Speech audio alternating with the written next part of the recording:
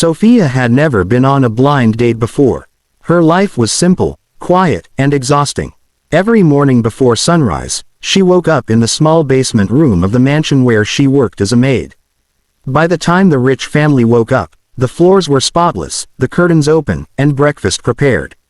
No one ever asked about her dreams. To them, she was invisible. So when her coworker Lena suggested a blind date, Sophia laughed at first. "Who would want to date someone like me?" she asked, half joking, half serious. Lena insisted, saying, "You're kind, you're beautiful, and you deserve happiness." After weeks of persuasion, Sophia finally agreed. She spent hours choosing what to wear. Her wardrobe was small, and everything was simple. She chose a modest blue dress that she wore only on special occasions and tied her hair neatly. She counted the money in her purse, $5. That was all she had left after sending most of her salary to her sick mother in the village. The restaurant Lena had chosen was elegant and expensive. Crystal chandeliers hung from the ceiling, and people wore suits and designer dresses. Sophia felt out of place the moment she stepped inside. She hesitated at the door, thinking of turning back, but then she remembered Lena's words and walked in. Her date arrived 20 minutes late. He was tall, well-dressed, and confident. But his expression changed the moment he saw her. His eyes scanned her dress, her shoes, her nervous smile.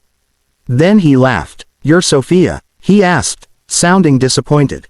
"Yes," she replied softly. He sat down and looked around as if embarrassed. "I thought the blind date would be someone more my type," he said, not bothering to lower his voice. Nearby diners glanced at them. Sophia felt her cheeks burn, but she tried to stay polite. She asked about his job, his hobbies, anything to keep the conversation going. He barely listened. Instead, he kept checking his phone and making jokes about people who work in service jobs.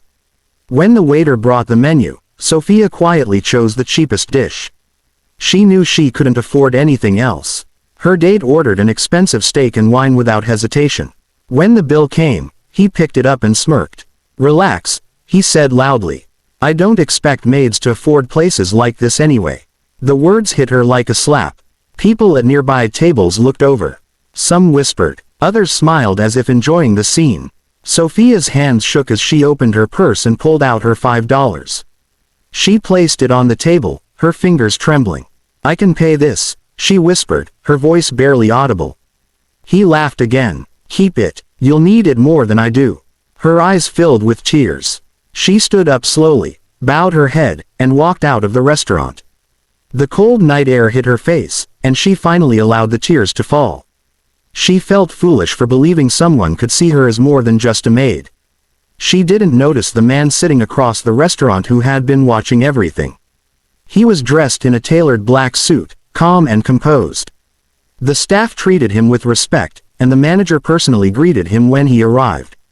His name was Daniel Hartman, a self-made millionaire and the owner of several companies, and the mansion where Sophia worked.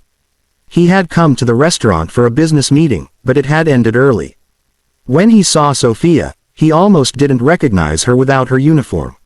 She looked different, nervous, hopeful, vulnerable. When he overheard the man humiliating her, something inside him tightened. He watched her quietly place the $5 on the table and walk out with tears in her eyes. Without thinking, he stood up, paid the entire bill, and followed her outside. Sophia stood on the sidewalk, wiping her tears, unaware that her employer, the millionaire she cleaned for every day, was just a few steps behind her. And this night, which had started with humiliation and heartbreak, was about to change her life forever.